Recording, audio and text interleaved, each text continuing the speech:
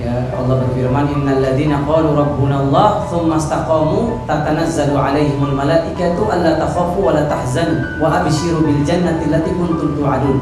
Dalam Quran surat Fussilat, siapa saja di antara kita yang yakin Allah itu Tuhannya, kemudian dia istiqomah di jalan Allah, nanti ketika mati, di saat orang yang mati itu biasanya takut kita kalau mati, nanti dikubur gimana? Saya bisa dapat kelulusan gak pertanyaan kubur.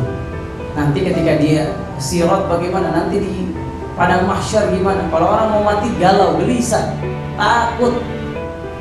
Ya, kita masa jauh-jauh, diri kita pun takut kalau ngomongin kematian. Tapi kalau orang yang istiqomah, itu subhanallah. Nanti ketika dia menuju sakratul maut, ribuan malaikat bisikin kuping. Satu malaikat selesai, datang lagi malaikat. Tatanazzal. Kalau kita belajar bahasa Arab, tatanazzal itu datangnya silih berganti. Satu datang, pergi, datang lagi yang baru. Datang, pergi, ngapain? Bisikin tuh orang yang istiqomah ketika dia hidup di jalan Allah. Allah takhafu wala tahzanu, jangan takut, jangan sedih. Jangan takut, jangan sedih. Engkau ini udah jannah, surga tempat kamu. Karena apa? Engkau sholat sunnah selalu dijaga. Engkau sholat subuh selalu berjamaah di masjid. Enggak usah takut. Amalan istiqomah ini akan membuat engkau mendapatkan ridha Allah. Allah panggil jiwa engkau dengan ya ayyatuhan nafsul mutmainnah irji'i ila rabbiki radiyatan mardiyah. Jiwamu ini sudah diridhoi Allah oleh Allah Azza wa Jalla. Jadi enggak usah takut, enggak usah galau, enggak usah stres. Engkau sudah dijamin surga, rahmat, ridha dari Allah Subhanahu wa taala, ampunan Allah. Kemudian gimana anak cucu saya nanti gimana? Kalau bapaknya istiqomah, ibunya istiqomah, nanti anak-anak kamu dikasih hidayah semua, akan meniti jalan Allah Azza wa Jalla seperti kamu. Allah lanjutkan di ayat selanjutnya, nahnu awliyaukum fil hayatid dunya wa fil akhirah. Kami jadi penolong kalian, kami akan jadi pelindung kalian di dunia dan di akhirat. Subhanallah. Walakum fiha ma tashtahi anfusukum walakum fiha ma tad'un. Apapun yang kamu inginkan nanti di akhirat, di dunia enggak dapat, di akhirat dapat. Itu bagi orang istiqomah. Makanya kita ngaji begini, Pak, sebentar tapi istiqomah. Satu hari nambah satu ayat, satu hari nambah satu hadis sampai kita wafat. Jangan sampai satu hari luput dari kita, hilang dari kita, tapi kita nggak ada manfaat dalam hidup kita. Sedih kita melihat Pak, orang Pak main handphone bisa berjam-jam. Bahkan di Indonesia ini ada penelitian riset, satu orang Indonesia, ini penelitian dari Amerika ya, bisa menghabiskan waktu di handphone 8 sampai 9 jam.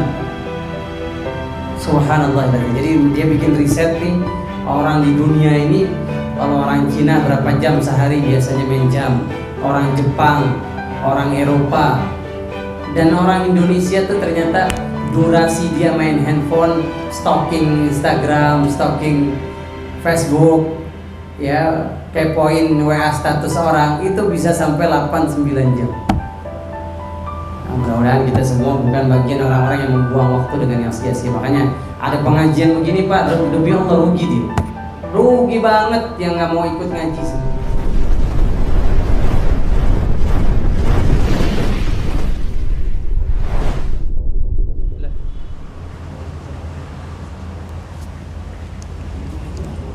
Bismillah. Ini Ustaz.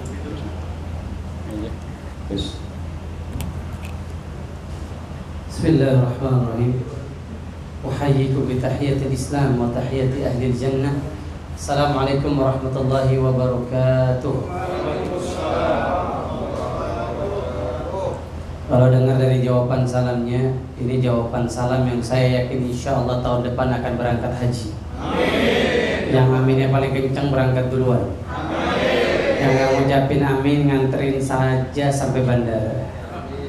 Yuk, aminnya kencang. Amin. Insya Allah kita semua naik haji tahun ini, agar sebelum kita wafat kita bisa menyempurnakan rukun Islam itu. Alhamdulillah wa kafa wa salatu wassalamu ala Rasulillah. Allahumma salli wa sallim wa barik wa an'im wa zid ala sayyidina Muhammadin wa ala alihi wa sahbihi ومن سار على نهجه واستقام بسنته إلى يوم الدين. أما بعد، وقال الله تعالى في كتابه الكريم بعد أعوذ بالله السميع العليم من الشيطان الرجيم: يا أيها الذين آمنوا اتقوا الله ولتنظر نفس ما قدمت لغد واتقوا الله إن الله خبير بما تعملون. Shadaqallahul azim. Yang saya hormati, saya muliakan Bapak Dirut KB Bupopin Syariah, Bapak Ari. Betul. Kita doakan mudah-mudahan Pak Dirut senantiasa disehatkan oleh Allah, dipanjangkan umur dalam keberkahan ketaatan. Dan juga yang saya hormati DKM Masjid Al-Hidayah, seluruh jajaran pengurus jamaah yang alhamdulillah hadir pada kesempatan yang berkah ini.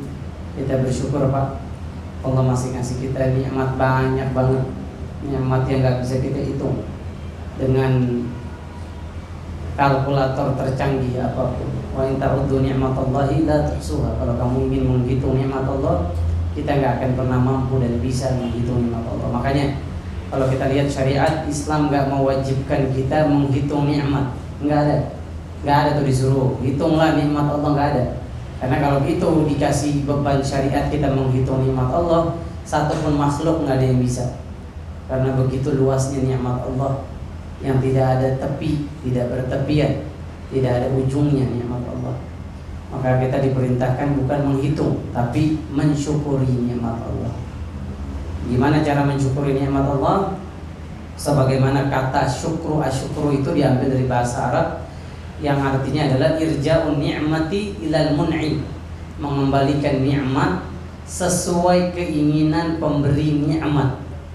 Nah, itu makna syukur Pak ya. Dihafalin, kita pahami, karena kalau kita nggak ngerti arti syukur, kita nggak bakal jadi bersyukur. Karena sedikit orang yang bersyukur, kata Allah Subhanahu Wa Taala. Jarang orang yang bersyukur, itu jarang. Allah yang bilang wa qalilum min ibadiyasy syakur, sedikit banget hambaku yang masuk dalam kategori hamba yang bersyukur, sedikit. Kebanyakan manusia itu kufur, ingkar sama nikmat Allah, nggak pandai mensyukuri nikmat Allah, sehingga hidupnya penuh ujian yang tidak ada solusi, hidupnya penuh masalah yang tidak ada jalan keluar, hidupnya penuh problematika yang nggak akan ada ketenangan hidup dalam hidupnya. Sehingga kita kepengen jadi orang bersyukur. Irja'un ni'mah ilal mun'im, mengembalikan nikmat sesuai keinginan sang pemberi nikmat. Kayak begini nih, ini tanda kita bersyukur, berusaha bersyukur atas nikmat Allah, memenuhi panggilan Allah, kewajiban sholat zuhur berjamaah. Semoga kita istiqomah menjalankan 5 waktu hari ini, besok, sampai kita wafat. Amin. Amin insyaallah. Pengen ya Pak matinya lagi dalam keadaan sholat? Pengen? Pengen sekarang apa besok? Saya punya jamaah umroh nih, saya cerita sama Bapak, jadi motivasi buat kita. Kebiasaan beramal soleh itu membawa dampak husnul khotimah. Saat itu ada seorang ibu datang ke kantor, saya punya kantor di Baka Putih. Ustadz, saya mau umroh, biaya cuma sekian, gimana caranya umroh? Saya bilang nggak cukup, kurang.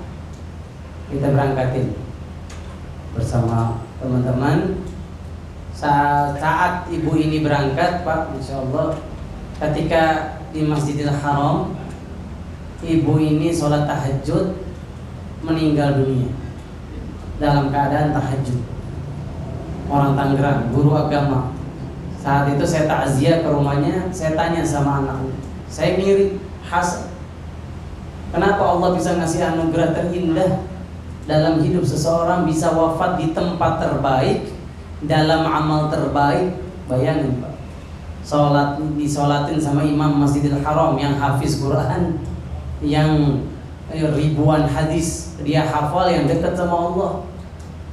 Saya tanya sama anaknya, apa yang menyebabkan ibu Anda bisa mendapatkan anugerah terindah ini?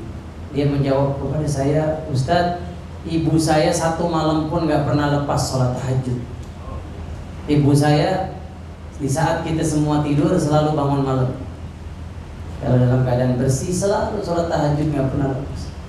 Makanya Rasulullah SAW bersabda, man asya alaih mata alaih. Siapa yang kebiasaan hidupnya begitu, matinya begitu. Kebiasaan ngomongin orang, nanti matinya nggak bisa ngucapin la ilaha illallah. Kebiasaan kepo sama urusan orang, sulit nanti kita bisa husnul khatimah. Tapi kalau kita biasa ngaji, zikrullah, meninggalkan yang haram, selalu dekat sama Allah, kita insya Allah dapat anugerah husnul khatimah. Mudah-mudahan yang hadir di sini dapat husnul khatimah. Ya Allah biha, ya Allah biha, ya Allah bi husnil khatimah. Amin ya rabbal alamin. Ini mukaddimah ya Pak. Semoga kita semua istiqamah ya. Allah berfirman, innal ladzina qalu rabbuna Allah tsumma istaqamu tatanazzalu alaihimul malaikatu alla takhafu wa la tahzanu wa abshiru bil jannati allati kuntum tu'adun. Dalam Quran surat Fussilat, siapa saja di antara kita yang yakin Allah itu Tuhannya, kemudian dia istiqamah di jalan Allah, nanti ketika mati, di saat orang yang mati itu biasanya takut kita kalau mati, nanti dikubur gimana? Saya bisa dapat kelulusan gak pertanyaan kubur. Nanti ketika dia sirat bagaimana? Nanti di padang mahsyar gimana? Kalau orang mau mati galau, gelisah, takut. Ya, kita masa jauh-jauh, diri kita pun takut kalau ngomongin kematian. Tapi kalau orang yang istiqomah, itu subhanallah. Nanti ketika dia menuju sakratul maut, ribuan malaikat bisikin kupingnya. Satu malaikat selesai, datang lagi malaikat. Tatanazzal, kalau kita belajar bahasa Arab, tatanazzal itu datangnya silih berganti. Satu datang, pergi, datang lagi yang baru. Datang, pergi, ngapain? Bisikin tuh orang yang istiqomah ketika dia hidup di jalan Allah. Allah takhafu wala tahzanu, jangan takut, jangan sedih. Jangan takut, jangan sedih. Engkau ini udah jannah, surga tempat kamu. Karena apa? Engkau salat sunnah selalu dijaga. Engkau salat subuh selalu berjamaah di masjid. Enggak usah takut. Amalan istiqomah ini akan membuat engkau mendapatkan ridha Allah. Allah panggil jiwa engkau dengan ya ayyatuhan nafsul mutmainnah irji'i ila rabbiki radiyatan mardiyah. Jiwamu ini sudah diridhoi Allah oleh Allah Azza wa Jalla. Jadi enggak usah takut, enggak usah galau, enggak usah stres. Engkau sudah dijamin surga, rahmat, ridha dari Allah Subhanahu wa taala, ampunan Allah. Kemudian gimana anak cucu saya nanti gimana? Kalau bapaknya istiqomah, ibunya istiqomah, nanti anak-anak kamu dikasih hidayah sama Allah, akan meniti jalan Allah Azza wa Jalla seperti kamu. Allah lanjutkan di ayat selanjutnya, nahnu awliyaukum fil hayatid dunya wa fil akhirah. Kami jadi penolong kalian. Kami akan jadi pelindung kalian di dunia dan di akhirat. Subhanallah. Walakum fiha ma tashtahi anfusukum walakum fiha ma tad'un. Apapun yang kamu inginkan nanti di akhirat, di dunia enggak dapat, di akhirat dapat. Itu bagi orang istiqomah. Makanya kita ngaji begini, Pak. Sebentar tapi istiqomah. Satu hari nambah satu ayat, satu hari nambah satu hadis sampai kita wafat. Jangan sampai satu hari luput dari kita, hilang dari kita, tapi kita nggak ada manfaat dalam hidup kita. Sedih kita melihat Pak, orang Pak main handphone bisa berjam-jam. Bahkan di Indonesia ini ada penelitian riset, satu orang Indonesia, ini penelitian dari Amerika ya, bisa menghabiskan waktu di handphone 8 sampai 9 jam. Subhanallah. Jadi dia bikin riset nih, orang di dunia ini, kalau orang Cina berapa jam sehari biasanya main jam, orang Jepang, orang Eropa, dan orang Indonesia tuh ternyata durasi dia main handphone, stalking Instagram, stalking Facebook, ya, kepoin WA status orang, itu bisa sampai 8-9 jam. Nah, mudah-mudahan kita semua bukan bagian orang-orang yang membuang waktu dengan yang sia-sia. Makanya ada pengajian begini Pak, demi Allah rugi dia. Rugi banget yang gak mau ikut ngaji sama kita ini. Kenapa? Karena kita dapat 4 keistimewaan dari Allah yang gak akan didapat bagi mereka yang malas ta'lim. Apa itu 4 keistimewaan dari Allah? Yang pertama, kita dapat ketenangan hati. Kalau mau tenang hatinya, hadir majelis ilmu di mana disampaikan firman Allah, sabda Nabi. Ketenangan ini Pak barang mahal. Bapak tanya sama orang-orang kaya yang duitnya gak berseri, kalau mau tidur aja mesti makan obat tidur. Gak ada ketenangan hidup, ketenangan batin. Kenapa gak ikut majelis ta'lim, gak ikut ngaji? Dia gak dapat as-sakinah. Dia sangka dengan ketenangan itu didapat jalan-jalan ke luar negeri. Ketika dia jalan-jalan ke luar negeri, pulang galau lagi hatinya, gelisah lagi sementara. Tenangnya cuma sementara. Jadi kalau mau tenang abadi, jiwa kita bahagia terus menerus, sering-sering duduk di majelis ta'lim, karena di sini dijamin akan mendapatkan as-sakinah, ketenangan dari Allah. Dan ketenangan itu bukan ada di saldo rekening yang banyak. Ketenangan itu bukan ada di dompet yang ATM kita banyak, bukan ada di tempat wisata, bukan ada di mall. Ternyata ada di mana? Di sini. Rumah, di antara rumah-rumah Allah. Ini yang ngomong bukan saya, Rasulullah yang jamin Bapak semuanya. Majtama'a qaumun fi baitin min buyutillah yatluna kitaballah wa yatadarasuna fima bainahum illa nazalat alaihimus sakinah wa ghasyiyatuhumur rahmah wa haffathumul malaika wa dzakarallahu fiman indah. Orang yang suka hadir majelis taklim, yang pertama hatinya pasti tenang, jiwanya gak akan gelisah galau. Karena Allah yang jamin dia dapat ketenangan, semua masalah dia akan diberikan solusi. Semua problematika dia akan diberikan jalan keluar di sini. Makanya wahai engkau yang utangnya banyak, datang ke sini. Allah lagi obral nih, rahmatnya di sini. Wahai engkau yang punya program, punya anak tapi gak kunjung dapat keturunan, coba datang ke sini dan sering-sering di majelis ilmu. Allah lagi cucurkan rahmatnya sama kita hari ini. Kasih sayang Allah mahal harganya Pak, gak bisa terbelikan oleh apapun dan berapapun. Kemudian yang ketiga, nama kita akan disebut di hadapan penduduk langit. Mungkin kita gak terkenal di bumi, masa bodoh. Emang apa manfaatnya kita dikenal manusia? Kita minta bantuan manusia 1 hari, 2 kali, 3 kali, dia akan menutup pintu. Kesel dia kalau semakin dimintain bantuan. Tapi kalau Allah Azza wa Jalla, makin sering kita minta bantuan Allah, Allah makin senang nolong kita. Ini syair Arab mengatakan, wan nasu idza su'ila yaghdab wallahu idza su'ila yarda. Bedanya Allah sama makhluk. Allah semakin diminta senang, kalau makhluk semakin dimintain semakin kesel, semakin marah. Jadi kalau kita pengen dikenal Allah dan para malaikat nih, yang pertolongannya dahsyat dalam hidup kita, sering-sering hadir majelis ilmu. Kasih tahu teman-teman kita yang belum ngaji, kasih tahu mereka yang belum sholat berjamaah, di sini bro, ketenangan bukan ada dimanapun, tempat manapun di muka bumi. Kemudian yang terakhir, hafathumul malaikat, kita bakal dijagain sama malaikat, nggak bakal dapat bala musibah. Ya, kita akan dijaga. Orang yang hadir majelis taklim itu dapat perlindungan Allah. Malaikat akan diperintahkan Allah menjaga dia. Ya, satu saat saya pernah ngajar bahasa Arab di Pademangan. Ada bapak-bapak rumahnya di Priuk Pak, di Tanjung Priuk.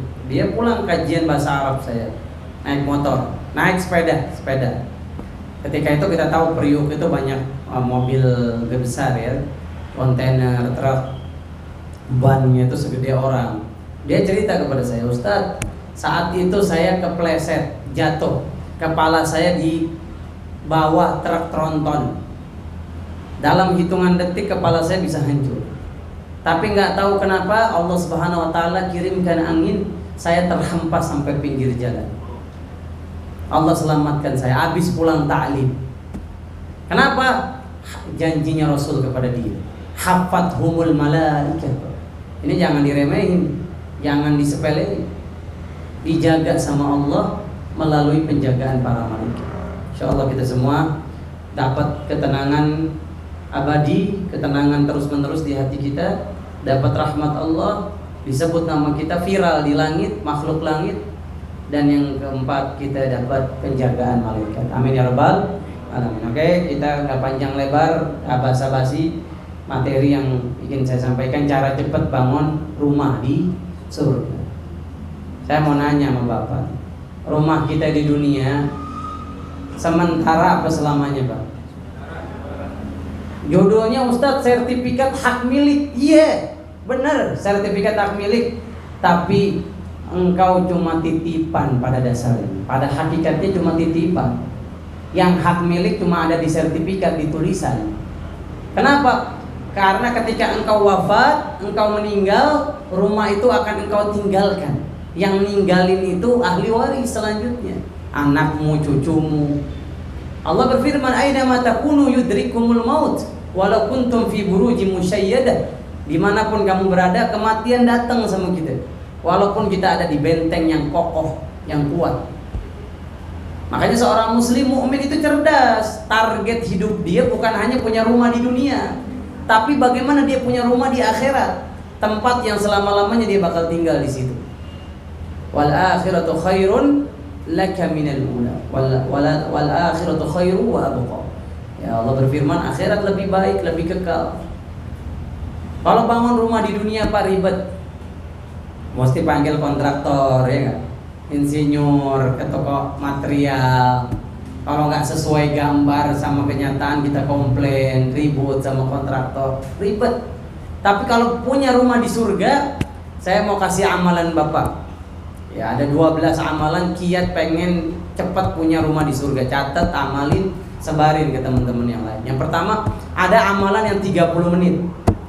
Kan kalau punya rumah di surga, rumah di dunia, kita rela-relain tuh sampai KPR. KPR sampai berapa tahun Pak Dirut? Kalau di Ibu Kopin 50 tahun bisa? Hah? 20 tahun. Waduh. Belum KPR lunas sudah mati duluan dipanggil malaikat. Dahsyatnya rumah di surga, ada amalan yang cuma 3 detik Pak. Bapak amalin punya rumah di surga. Dan sifat rumah di surga tuh kayak gimana? Wah. Rumah di dunia Bu, Pak, paling granit, marmer, dan marmer termahal di dunia itu ada di Italia. Ya, marmer termahal di dunia adanya di Italia. Itu dibeli sama Raja Fahad, kerajaan Saudi Arabia, 2 gunung marmer dari Italia untuk jadi lantai Masjidil Haram. Jadi makanya Bapak kalau umroh Pak, panas misalkan 60 derajat, itu marmer tetap dingin. Ini batu alam Pak, itu nggak ada di dunia, jarang banget. Jadi Bapak tawaf di Ka'bah, kan kalau kita nih coba deh nggak pakai sendal ke aspal, melepuh kaki kita, betul nggak? Di Masjidil Haram, marmer yang begitu dahsyat dan mahal itu, makin panas tapi marmernya tetap dingin. Udah pernah umroh belum Pak? Udah?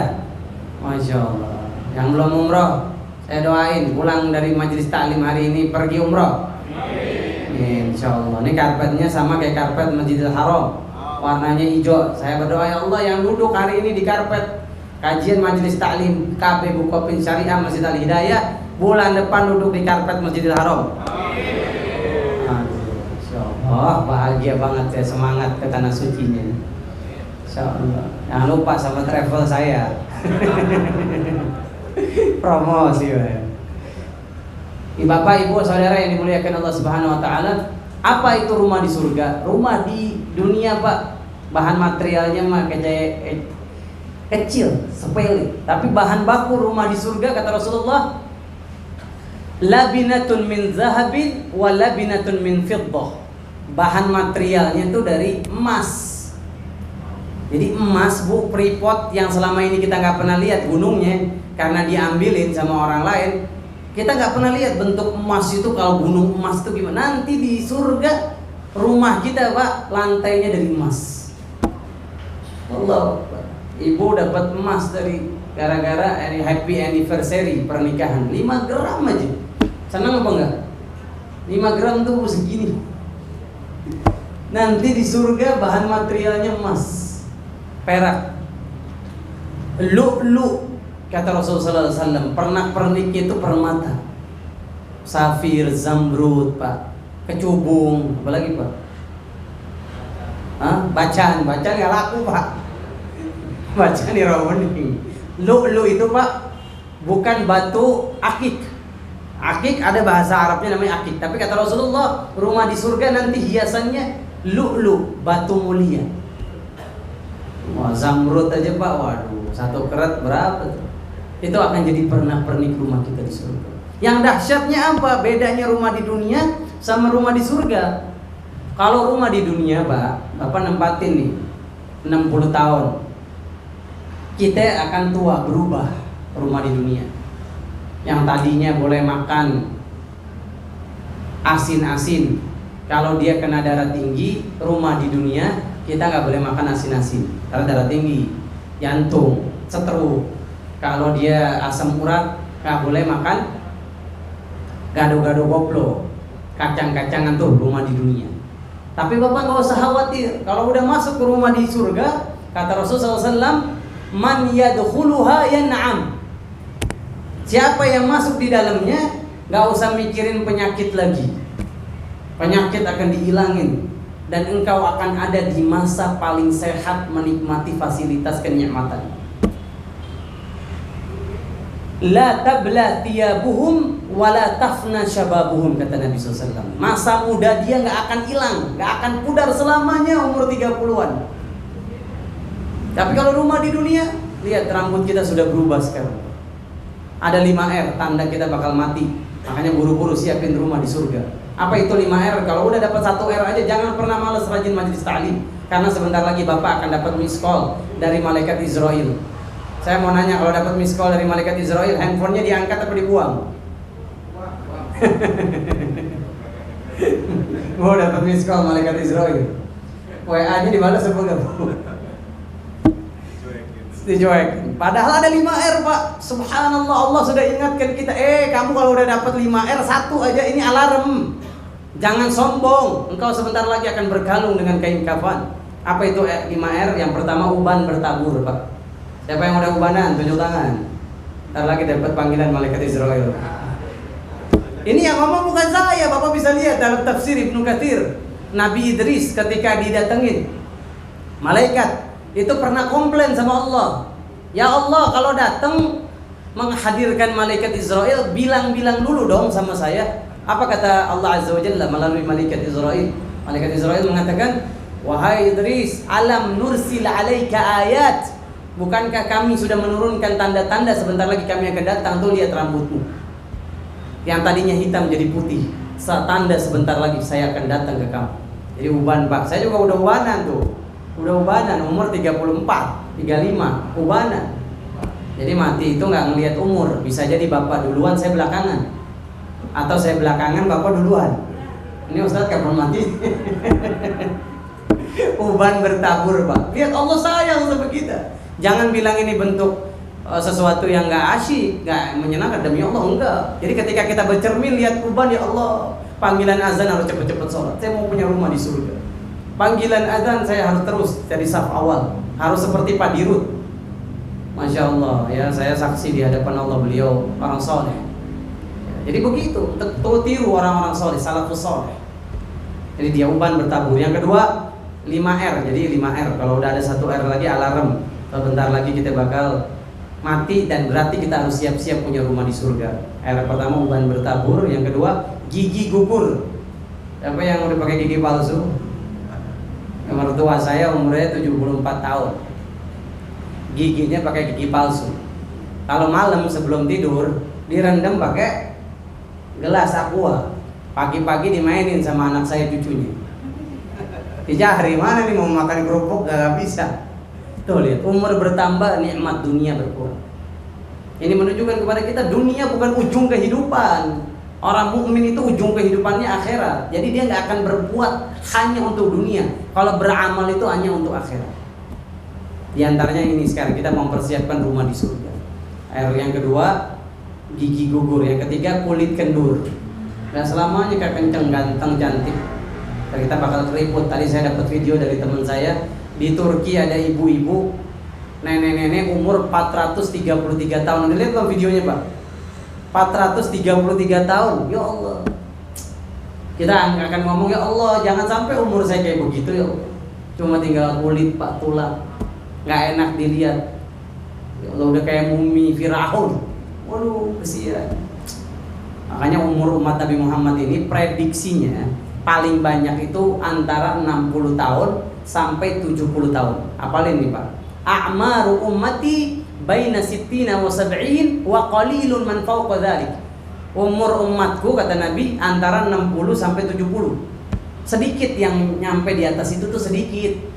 Gak banyak, itu minoritas. Kalau di atas 70 tuh alhamdulillah, bonus dari Allah. Kebanyakan 60 sampai 70.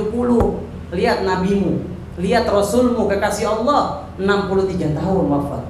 Berarti target kita cuma segitu tuh. Hidup di dunia gak panjang, gak lama. Makanya kita harus punya rumah di surga. Biar masa muda kita dikembalikan lagi sama Allah, menikmati fasilitas jannah. Amin.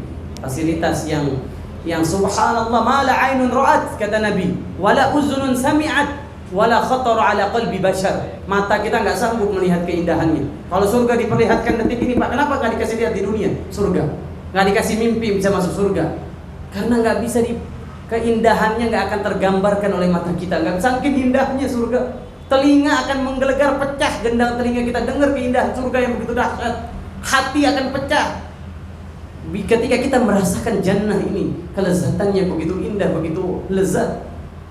Subhanallahil azim, yang diceritakan kalau minum sekali kita akan dikasih khamr sama Allah. Coba lihat orang-orang yang minum khamr, pasti senang dia. Ketagihan, kecanduan, enak, tapi bikin hancur badan dia. Tapi kalau khamr di surga, anharun min khamrin ladzatan lisyaribin, enggak bikin pusing kepala. Jangan zina di dunia, nanti enggak dapat bidadari di surga. Target kamu bukan di sini, enak-enakannya nanti di surga. Semuanya boleh. Udah nggak ada sholat lagi, Pak. Udah nggak ada haji lagi. Orang langsung ketemu Allah Azza wa Jalla. Sekarang kita menghadap Allah ke kiblat, ke Ka'bah. Tapi nanti di surga ketemu Allah. Sampai kata Rasulullah SAW, innakum satarawna rabbakum kama tarawnal qamar lailatal badri. Sesungguhnya kalian semua akan melihat Allah sebagaimana melihat bulan purnama, nggak akan bersesak-sesakan. Semua kita akan melihat wajah Allah. Di sana kita cuma zikir aja, Pak. Subhanallah walhamdulillah wala ilaha illallah. Oke, apa aja sih amalan yang bisa membangunkan kita rumah di surga? Yang pertama ya adalah kita al-muwazabatu ala sunanir rawatib. Selalu istiqomah menjaga sholat sunnah rawatib. Capek-capek kita sekarang, Pak, biar punya rumah di surga, jaga sholat sunnah rawatib. Apa itu sholat sunnah rawatib? Sholat sunnah yang mengiringi sholat wajib. Jumlahnya berapa? 12 rakaat. Nabi janji sama kita, man sholla isnata asyarata fi kulli yawmin wa laylah bunya lahunna baitan fil jannah. Siapa yang menjaga sholat sunnah 12 rakaat sehari semalam, Allah dengan amalan ini membangunkan dia rumah di surga. Apa aja amalan sunnah ini? Yang pertama, sholat 2 rakaat sebelum subuh. Jaga tuh, jaga. Habis azan, ambil wudhu, sholat 2 rakaat. Belum 12 rakaat, baru sholat sunnah fajr aja. Apa kata Rasulullah? Rakaat al-fajri khairu minad dunya wa ma fiha. 2 rakaat sholat sunnah fajar lebih utama dari dunia seisinya. Gak peduli jabatan tinggi, gak peduli harta banyak, dunia udah dikasih duluan sama kita. Sebelum orang-orang memiliki dunia, kita sudah dikasih dengan 2 rakaat sholat fajar. Yang kedua, 4 rakaat sebelum zuhur. Yang biasa sholat zuhur sunnahnya 2, tambahin 2 lagi, 4. Kemudian 2 rakaat setelah zuhur, 2 rakaat setelah maghrib, 2 rakaat setelah isya. Siapa yang jaga istiqamah komitmen, Allah bangunkan dia rumah di surga. Ya, 30 menit itu, Pak, bisa punya rumah di surga. Janjinya Nabi kita Muhammad SAW. Kemudian yang kedua, amalan apa saja yang bisa membangunkan rumah di surga? Baca surat Al-Ikhlas 10 kali. Kita kadang-kadang kalau nunggu, kita suka menggunakan waktu kita sia-sia. Padahal punya kesempatan punya rumah di surga. Apa itu? Baca surat Al-Ikhlas. Saya udah hitung-hitung, Pak, nggak nyampe 5 menit. Bismillahirrahmanirrahim. Lagi naik motor nunggu lampu merah, qul huwallahu ahad. Lagi nunggu antrian di bank, qul huwallahu ahad, Allahus samad, lam yalid wa lam yulad wa lam yakul lahu kufuwan ahad. 10 kali. Rasul bersabda, man qara'a qul huwallahu ahad hatta yakhtimaha bunya bihinna baitan fil jannah. Siapa yang baca surat Al-Ikhlas 10 kali, nanti dengan amalan ini Allah bangunkan dia rumah di surga. Apalagi? Yang ketiga, amalan yang bisa membangunkan kita rumah di surga, meninggalkan perdebatan. Sekarang ini di zaman orang senang debat, pro kontra. Salah ngomong dikit dipotong viral, bully orang ini, hancurkan martabat orang ini, turunkan harga diri orang ini. Enggak. Muslim bukan begitu. Kita pengen punya rumah di surga dengan apa? Meninggalkan perdebatan. Walaupun kita benar. Karena tujuan saya beragama bukan nyari benar-benaran saya, enggak. Tujuan saya beragama untuk semakin tunduk di hadapan Allah. Semakin ngaji, semakin takut sama Allah. Semakin ngaji semakin nggak mau mendekati yang haram. Bukan untuk berdebat, mencari-cari kesalahan sesama muslim, bukan. Nabi bersabda sallallahu alaihi wasallam, "Ana za'imun bi baitin fi rabadil jannati liman tarakal mira'a wa in kana muhiqqa." Saya jamin orang itu dapat rumah di surga kalau dia meninggalkan perdebatan walaupun dia benar. Nabi yang bilang. Semakin kita doyan debat, semakin jauh dari rumah surga. Kalau mau gimana? Allah ajarin caranya. Wajadilhum billati ya ahsan. Debatnya caranya baik, santun, adab. Jangan tujuannya menjatuhkan, tapi tujuannya nasihatin. Tujuannya ngasih dia jalan hidayah, wasilah dia hidayah. Salah dia ngomong dikit 4 mata. Makanya kata Imam Syafi'i, orang kalau nasihatin orang di depan orang banyak, itu bukan nasihat. Itu namanya ta'yir, kata Imam Syafi'i, membongkar aib. Kalau kamu niatin nasihatin dia 4 mata, tarik tangan dia. Jangan di depan orang banyak begini. Tarik, ngomong dari hati kan. Ajak dia dulu makan, ya di simpang raya. Habis itu baru ngomong, "Bro, aneh lihat ente kagak pernah sholat." Waduh, sholat kan gak wajib, gak ada di Quran sholat. Gara-gara dia termakan oleh isu sesat dari orang lain. Kita nasihatin dia, "Bro, ada." Karena kita ngaji beda sama bukan orang ngaji. Di Quran ada surat Ar-Rum, 5 waktu disebut sama Allah. Wa subhanallahi hina tumsun wa hina tuzhirun. Allah sebut waktu asar, waktu zuhur, waktu maghrib, wa asyiya, ya isya disebut, subuh disebut, ya subuh, zuhur, asar, maghrib, isya disebut surat Ar-Rum. Ente salah, ente ngaji jangan nama orang salah. Nasihatinnya berdua, nggak di depan umum, bikin dia malu di depan panggung orang banyak. Kalau kita bisa berusaha seperti ini, Allah akan membangunkan kita rumah di surga. Kemudian selanjutnya apalagi? Kalau pengen kita bisa punya rumah di surga, Bapak yang dimuliakan Allah Subhanahu wa ta'ala, kita memiliki akhlak yang baik. Ana za'imun bi baitin fi wasatil jannah liman hasuna khuluquh. Saya jamin orang itu dapat rumah di surga kalau dia akhlaknya baik, ya, menjaga akhlak yang karimah, nggak teriak-teriak. Kalau ada orang kanan kita, ada orang kita berdua lagi ngobrol, jangan ketawa sampai teriak-teriak ganggu sebelah kita. Ya, apalagi pakai mic teriak-teriak, bikin maulid sampai jam 1 pagi, jam 2 pagi, enggak, bukan Islam. Kata Rasulullah SAW, la yu'minu ahadukum hatta ya'mana jarahu bawa'iqahu. Tidak sempurna keimanan kamu sampai tetangga kamu merasa aman dari gangguan kamu. Insyaallah kita punya akhlak baik dan lain sebagainya tadi yang kita sebut, kita punya rumah di surga karena sudah closing ya. Closing, ada tanya jawab. Kalau ada yang boleh tanya, ya ada yang mau bertanya boleh. Kalau nggak ada, saya yang nanya. Kalau ada yang nanya, saya yang nanya. Fadhal, silakan.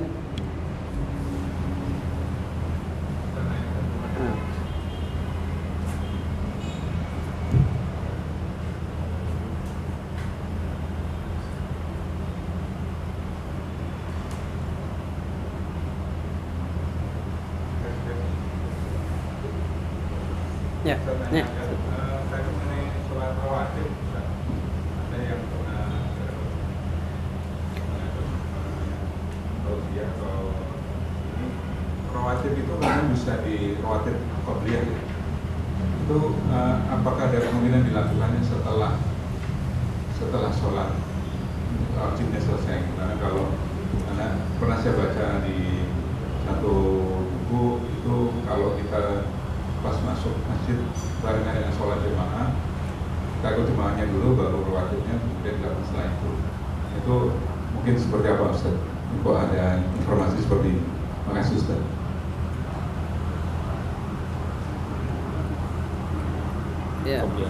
Ya, kalau sholat sunnah Pak tidak boleh dilakukan setelah iqamah. Nah, ini perbedaan pendapat para ulama, khususnya tentang rakaat fajri. Karena keutamaannya begitu dahsyat, Pak. Orang kalau 2 rakaat aja sebelum subuh dapat dunia seisinya. Ada fatwa. Ini fatwa bukan hadis. Fatwa dari Syekh Utsaimin. Beliau mengeluarkan fatwa bolehnya mengqadha sholat sunnah, mengqadha. setelah sholat subuh boleh niatnya sholat sunnah fajar. Ini fatwa, boleh kita ambil, boleh kita tolak. Tapi kalau saya pribadi, saya mengikuti jumhur ulama yang mengatakan la sholata ba'dal iqamah, gak ada sholat sunnah setelah iqamat. Kalau udah qomat kan, dia mau sunnah atau setelahnya dia qadha, gak ada. Tapi kalau khususnya fajri, Bapak boleh pendapatnya Imam Syafi'i, Imam Ibnu Utsaimin, ulama Hambali, beliau berpendapat seperti itu. Bolehnya mengqadha sholat rawatib fajar khususnya. Karena Anas bin Malik, beliau punya istinbat dalil, istidlal saat Anas bin Malik nangis. Orang nanya, "Ma yubkik, apa yang bikin kamu nangis?" "Laqad fatatni al-fajr," kata dia. "Saya ketinggalan sholat sunnah fajar." Nangis dia, Pak. Kalau kita nangis gara-gara kehilangan handphone, betul? Nangis kehilangan apa? Kehilangan duit, jatuh dari mobil 100.000. Waduh, nangis. Kenapa nangis? Dompet jatuh. Anas bin Malik nangisnya kehilangan, kelewatan sholat fajar. Pada saat itu padahal dia lagi dalam kondisi perang. Meninggalkannya bukan main-main, bukan dalam keadaan malas, tapi karena kondisi perang. Ini makanya istinbat dalilnya beliau, wah ini penting nih fajar, di qadha nggak apa-apa. Bapak boleh berpedoman sama beliau, tapi Allahu a'lam bishawab. Ya Allah yang tahu kebenaran yang hakiki.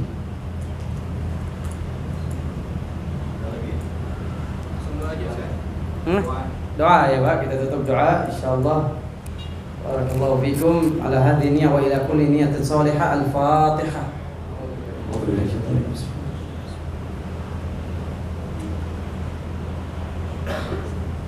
آمين آمين آمين يا رب العالمين. الحمد لله رب العالمين حمدا يوافي نعمه ويكافئ مزيده.